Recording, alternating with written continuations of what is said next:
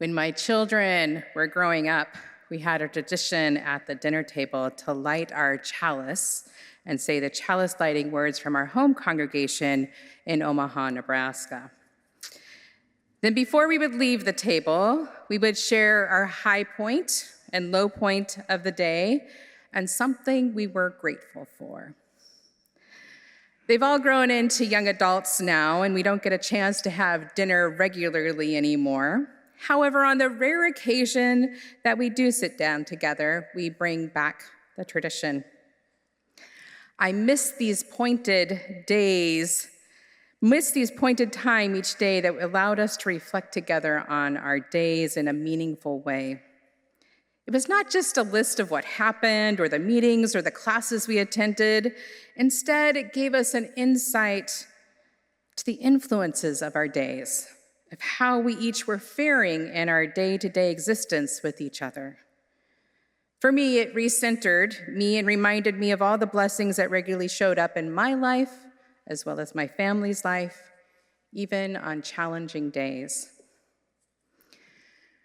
Gratitude seems like such a simple practice, and yet if we are really intentional about engaging it and nurturing it, then it requires us to slow down and recognize all the ways we are tied to the world around us. Robin Wall Kimmerer, in her book, The Service Berry, states, "Gratitude is so much more than a polite thank you. It is the thread that connects us in deep relationship, simultaneously physical and spiritual, as our bodies are fed and spirits nourished by the sense of belonging, which is the most vital of foods." We have discussed the importance of belonging and creating a sense of belonging in this community.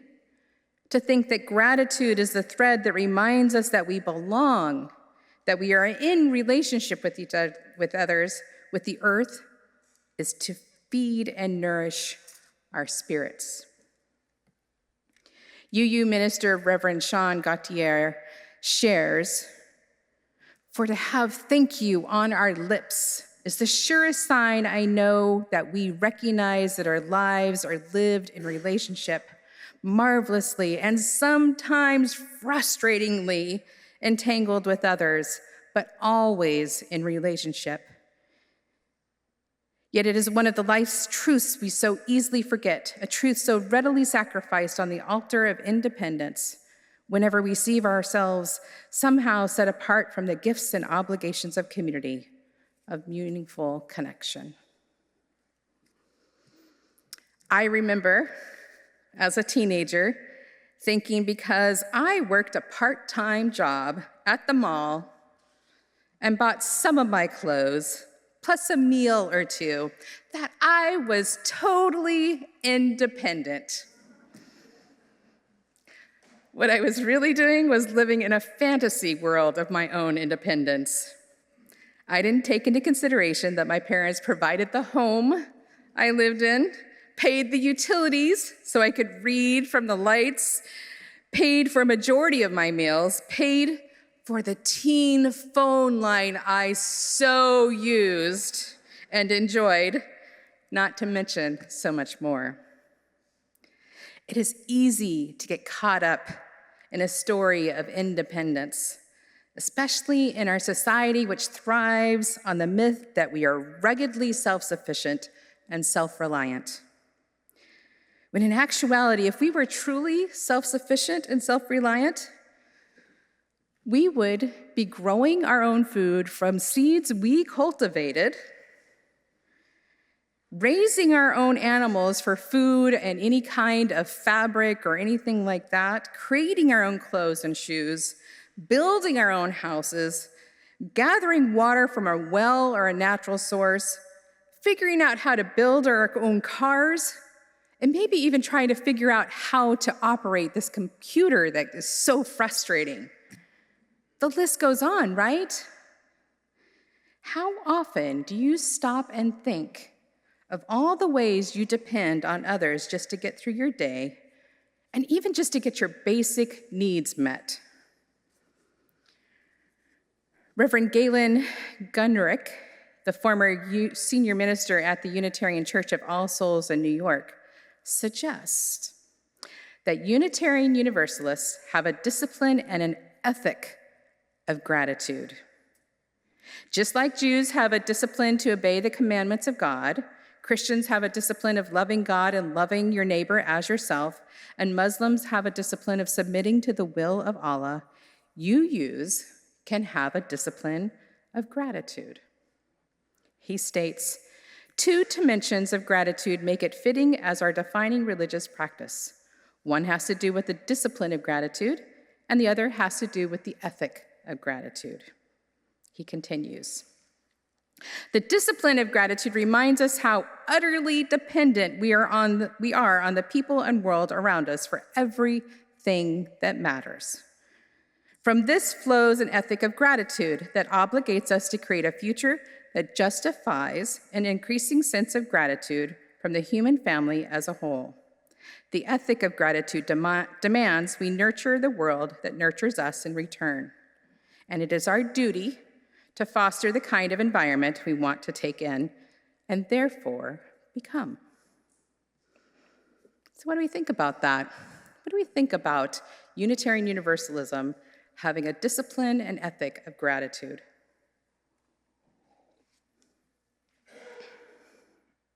I've led multiple discussions in this congregation about the theology of Unitarian Universalism, and most often it manifests through some words about connection or community or relationship. Can we all kind of agree on that?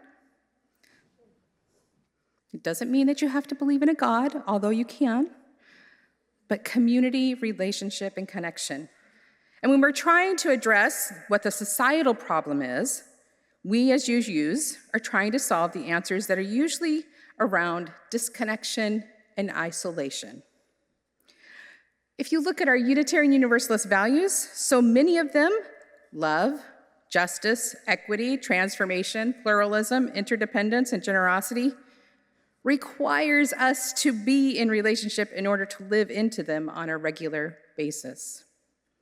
And if we truly believe that relationship is the core to our faith, then gratitude is the practice and ethic for us to sustain it. Gratitude reminds us that what we value, it reminds us who we are connected to, and it reminds us of the world we want to cultivate. It is especially important to cultivate gratitude in times of crisis or difficulty. Why? Because most often when we are suffering, most often when the world is in chaos, we feel alone. We feel disconnected. And when we turn to gratitude, we realize we have people in our lives who care about us. We have beauty in our lives that sustain us. We have experiences in our lives that remind us we can persevere. Christy Nelson, author of Wake Up Grateful, reminds us that this is what grateful living is, returning to the noticing of all that is sufficient, of all that is extraordinary, all that is already in our lives, enough to take our breaths away, and using that to help us get through life in a way, through difficulty, through challenge, uplifted and enamored. I love this short poem by Rosemary Watola Tromer called On Thanksgiving. It's very short. One hand opens in grief, one opens in gratitude, pressing them together to pray. It informs me that gratitude, if I'm truly nurturing it, acknowledges the grief that challenges us every day, and then reminds me that I'm still blessed in this life of mine, which is so easy to forget. And it is especially important to remind ourselves with the state of the world right now of all we have to be grateful for, because it reminds us what we need to fight for and what we need to demand for others. It reminds us of the gaps that exist in our society between those who have and those who have not, of those who are safe and of those who are not. It pulls us into action for the world we want to create and reminds us we are not alone in that fight. I am so grateful for my colleagues who were present this past Thursday, marching in the streets to lift up the worth and dignity of those detained by ICE. I am so grateful for those here at UUSF who stand on our corner each and every Wednesday morning to raise awareness and support for all those suffering from injustice systems. I am so grateful to Sydney and Angus and the Physicians Organizing Committee in their work that they do to ensure healthcare access. And I am especially grateful for all who turned in their vote this past week. Right? I don't care who you voted for, I'm glad you turned in your vote. I do kind of care who you voted for, but that could get me in trouble, so. When we stop and just think about all the ways we are connected to people who live our values daily, it helps us put the world into perspective. It helps us continue in the way that we can live in those same values. So let's put this into practice this morning. In your order of service, you have an insert, and it's titled a gratitude list. You can use this page, or you can use your own piece of paper, or you can use your phone, or you can just say it in your mind. I don't have any ownership of how you do it. I just invite you to do so. And these lists will only be for you to contemplate. I'm not going to make you talk to each other. So the first list is of those people, experiences, or things in your life right now in this present moment that you are grateful for. An example might be, I am so grateful you are all here, so I have somebody to preach to. So let's take a few minutes and do our present moment list.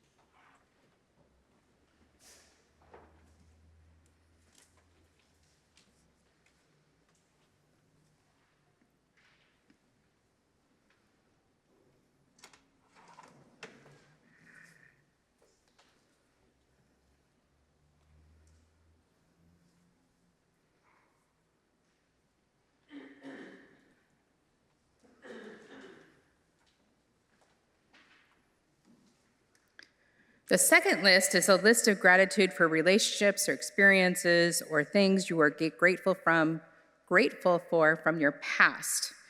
An example might be, I'm so grateful for the experience of raising my children because it taught me oh so much patience. So take a few minutes to make your list from the past.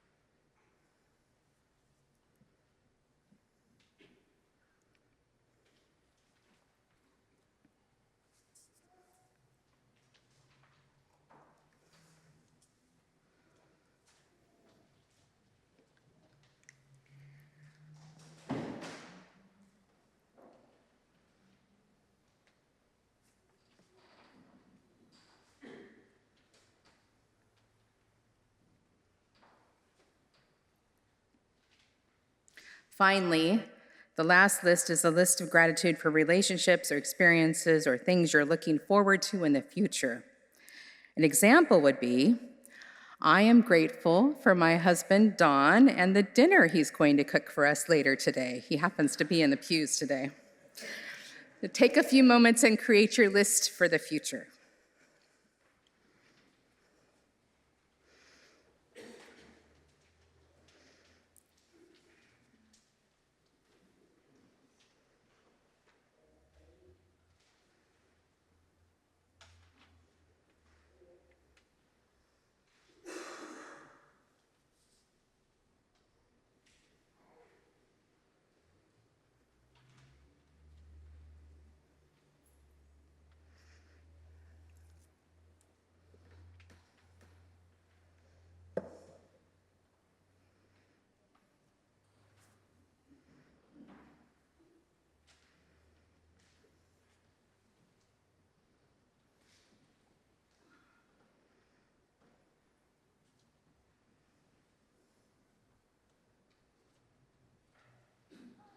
What I forgot to mention about that future list is it might be something you might want to manifest as well.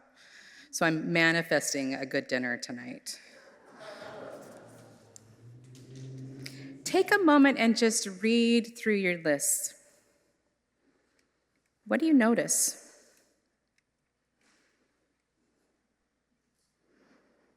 What do you notice about yourself when you read through your lists?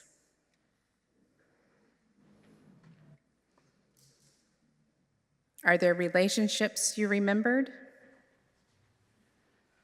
that you want to cultivate? Are there experiences you remembered that you didn't know you'd be grateful for?